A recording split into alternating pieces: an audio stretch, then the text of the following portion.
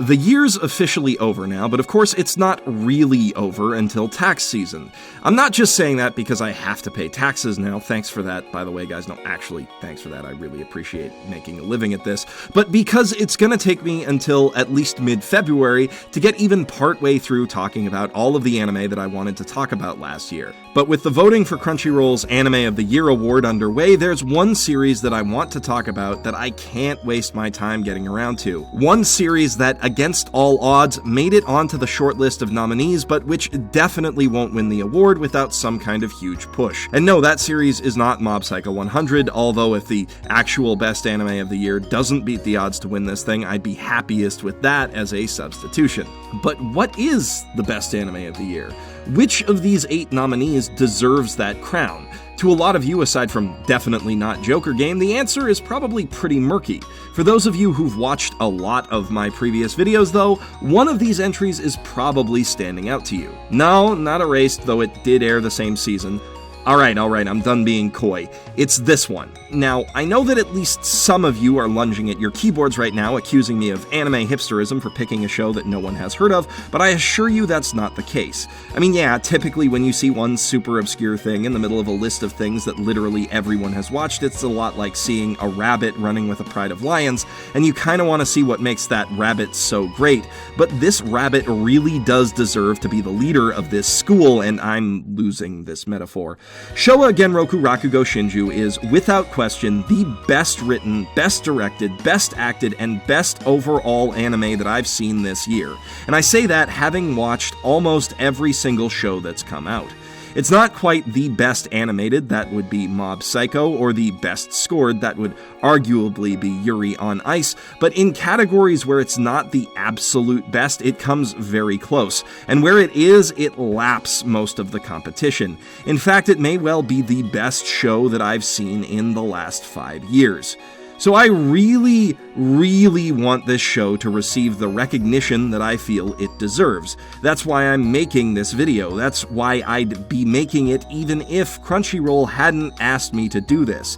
Because only 70,000 people on MAL have even seen this show, and that's outright criminal. In a second, I'm going to explain what makes this show so goddamn great, but I'm not gonna ask you to vote for it just because I say it's good. That would be undemocratic. All I want to do is convince you to give it a watch, and to do so before you vote at theanimeawards.com so that you can decide for yourself whether it deserves the crown over other undeniably incredible shows like Mob Psycho 100, Yuri on Ice, or Erased. And yes, you can watch it free on Crunchyroll by signing up for a 30-day free trial at crunchyroll.com/basement, but I am less enthused about plugging that link than I am about discussing this show. If that doesn't tell you how much I love it, I don't know what will.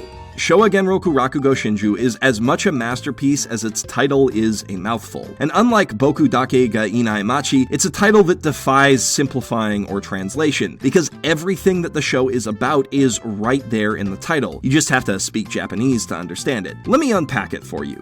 The easiest bit to understand is Rakugo, which is the show's subject matter. Rakugo is a Japanese storytelling art that sits somewhere between stand-up comedy and a one-man play. And when I say sits, I mean that literally. Rakugo performers tell all of their stories without ever rising from a kneeling position. It's a fascinating art. The storyteller must embody different characters and create a sense of action using only their voice and upper body language, aided by just a few simple props. It is a discipline that takes a lifetime to master, and indeed the show's story follows several hopeful artists through those lifetimes of training. It's important to note that we know all of them almost exclusively through their stage names, important titles that represent their style and which are passed on from master to student upon their deaths. The first of these Rakugo hopefuls, Yotaro, which means fool, is a young ex-convict whose life was changed by a hilarious Rakugo performance he saw in jail. Upon his release, he vows to reform his ways and become a student of the Rakugo master who showed him a new path forward. That master is Yakumo Yorakute, an old curmudgeon who hasn't taken a student in his entire career, but who takes a life liking to Yotaro for mysterious reasons. The way that these two come together is one of the most brilliant single hours of TV programming ever devised, but what follows manages to outdo it. After introducing us to Yotaro, Yakumo, and Yakumo's bullheaded adopted daughter Konatsu, the plot swerves to an extended flashback, framed as a Rakugo story that Yakumo tells the two of them as a way of explaining himself and his art over the course of the entire season. Here we meet the young Yakumo, named Kikuhiko at the time, and his lifelong friend and rival Sukeroku, who happens to be Konatsu's real father. Now, that swerve worried me at first because I really like Yotaro, and to me nothing seemed as interesting as the story of an ex-con becoming a comedian. I was wrong about that. Yakumo spins a compelling yarn full of drama, sex, violence, and surprising humor, set against the backdrop of Japan's evolution through modern history. Which brings us to that Showa Genroku part. The Showa period is an era in Japan's history covering the reign of the Showa Emperor Hirohito from 1926 to 1989. You might best know it from Osomatsu-san, which was a Showa-era cartoon that was updated for the modern era. This is the time during which Showa Genroku Rakugo Shinju is set. Genroku is also an era spanning the late 1600s, and it does not describe the setting. This isn't another time travel thing. There's something you need to know about Japanese eras. The names of each period aren't based on the emperor's last name directly, but instead on the idea he was supposed to embody. For instance, Showa translates to the era of enlightened harmony, which may strike you as somewhat ironic if you know anything about what Japan was up to in the 1940s, but that second meaning isn't important. What is important to understanding the title is that Genroku roughly translates to era of original or primary happiness. It is an era name that suggests unbridled optimism for the future and speaks to finding simple joy in life. And the show is very much about both of these things. It is, at its heart, a story of Japan's growth, death, and rebirth through the Second World War and on into the modern era. It doesn't shy away from the darker side of Japanese history, but it never loses sight of its hope for a brighter future. Rakugo Shinju tells this heavy, vastly reaching story by focusing on a traditional art form that threatens to be swallowed up in this wave of change, and on two friendly rivals who hope to preserve this art, one by showing its merits, and the other by changing it to fit modern tastes. To Kikuhiko and Sukeroku, their school of Rakugo, which as Pause and Select noted in their excellent critique is just one school out of many, is the soul of Japan, and the thing that gives their lives meaning. This is a bit of an insular view, but in a very relatable way. When you make something the center of your universe, you view everything around you through that context. But a myopic viewpoint like that can lead to missing out on other important things. Life-affirming things like romance. And as they grow older, Sukeroku and Kikuhiko become rivals in more than just their craft. Their interactions with a beautiful geisha named Miyokichi change the course of their lives forever. Which brings us neatly to the last part of the title, Shinju, a Japanese term which translates roughly to lover's suicide. It's a word that you find in the title of many a classical tragedy, and without spoiling things, it definitely belongs in this one. So the title essentially reads Original Happiness of the Showa era, Rakugo, and Double Suicide. It's a title that speaks to both comedy and tragedy, and this series has an abundance of both. Of course, how exactly Yakumo's life goes from an optimistic comedy to a romantic tragedy is the main thrust of the show's plot, so I won't give that away here, but I will say that the way everything plays out is as layered and interesting as that title would suggest. And when everything is revealed, it hits you like an era-appropriate steam train to the gut. So this is a smart, multifaceted story that also serves as a lesson in Japan's cultural heritage. And its writing is impeccable, but that's just a fraction of what makes this show so damn good. To a certain extent, any historical drama is only as good as the fidelity of its production design. And in this, Showa Genroku Rakugo Shinju shines. Its environment, art, music, and Foley work do an amazing job capturing the feel of early to mid 20th century Japan, filling authentic spaces with authentic sounds.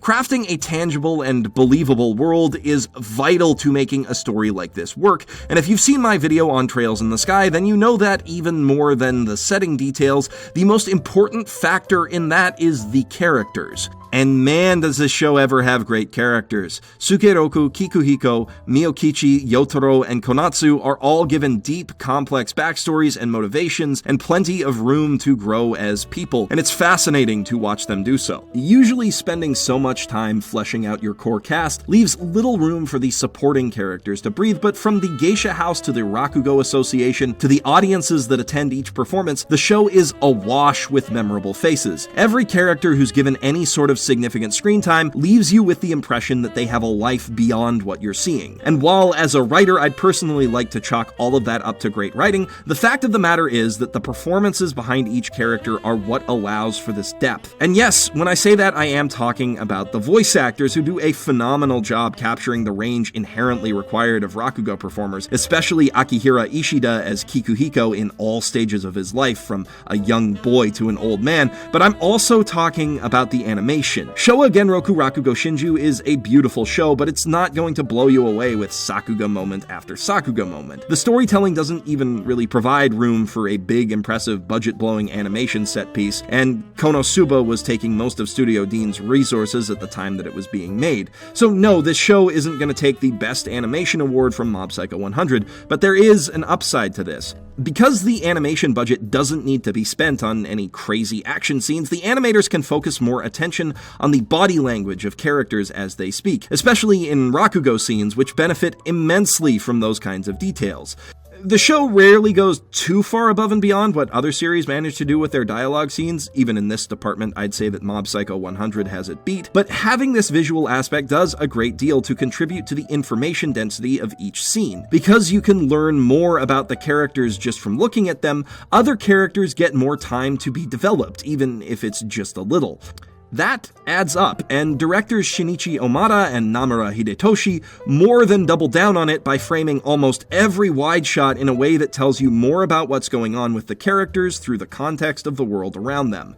The series also plays with how scenes are cut, emphasizing the skill of some performers while downplaying that of others by throwing off their comedic timing, as well as jumping away to key characters in the audience so that we can understand how they perceive the performance and how it affects them. Effectively, it tells us two stories at once with every performance. You don't need a big exposition dump to understand what separates a good Rakugo performance from a bad one, or why a given character is acting a certain way. You just understand it from the visual and story context. As filmmakers, Studio Dean use every tool at their disposal to tell you this story as efficiently as they possibly can, and the results are captivating. It's a show that demands your attention like a film, but like a great film, it rewards that attention tenfold. I've been meaning to do a scene analysis of this show for a while now, but other projects keep coming up ahead of it. And I'll be honest, the fact that most people haven't watched it and leaving it out of the title of this video will in all likelihood get me more views than I would putting it in is a big factor in that. I love Mob Psycho 100 and One Punch Man almost as much as I love this show, and I hate SAO with the same passion. And knowing that people will tune in and listen when I talk about these things I care about is the single biggest motivating factor for me in doing what I do. So I guess that's the more selfish reason I'm making this video. I want enough people to watch and love Showa Genroku Rakugo Shinju that I can motivate myself to talk endlessly about it the same way that I want to talk about One Punch Man, or Erased, or JoJo, or in the near future, Yuri on Ice. But speaking more altruistically, I just want more people to enjoy and appreciate this amazing work of art, because to me, it's a modern classic on par with the best the medium has to offer. It deserves the same recognition we give to the likes of Bebop, FMA, and Clanad, and anime fans deserve to have their lives enriched by this wonderful, beautifully told story. Plus, with the new season coming in just a few weeks, set to tell the story of Yotaro trying to step in and fill Sukeroku's shoes, I want to have more people to talk about it with. A big part of the fun of loving a TV show is getting to share your thoughts on it week to week and have other people listen. So to everyone watching this, I implore you, give Showa Genroku Rakugo Shinju a shot and see for yourselves why it's the best show of 2016. I won't hold it against you if you don't agree or don't vote for it, though it winning Anime of the Year would make me just the happiest, but I'll be mighty upset if it doesn't even get the fair chance that it deserves. You can vote through January 10th at theanimeawards.com, and there's a ton of other categories worth checking out. I think Rakugo is also the strongest contender for Best Drama, obviously, and I'm happy to say that the single best scene of the year, Kaio eating breakfast in Erased, is up for most heartwarming moment and should definitely win it. Plus, there's a ton of great fight scenes to consider, which I analyzed in another video a couple days ago. I recommend giving that a watch if you haven't already, or checking out my Winter 2016 recap video for more thoughts on this brilliant show if you aren't sick of hearing me go on about it already. And if you want to see me do more videos about it in the future or other anime, be sure to hit subscribe and turn on notifications to catch every video that I make. Thank you for watching. Thank you especially to all of the kind folks who share these videos or support me on Patreon and generally try to help me make a living at this. It means the world to me that so many of you love what I do enough to even watch this, let alone support me in making more. Also, special thanks to Mitch Kramer and Flip Anime for helping out with the editing on these Crunchyroll videos while I'm away doing MagFest and RadCon and other stuff. This has been the busiest week for this channel so far, and it wouldn't have been possible to get even half of it done without you guys, so thank you. Anyway, as always, I'm Geoff Thew, professional shitbag, signing out from my girlfriend's mother's basement.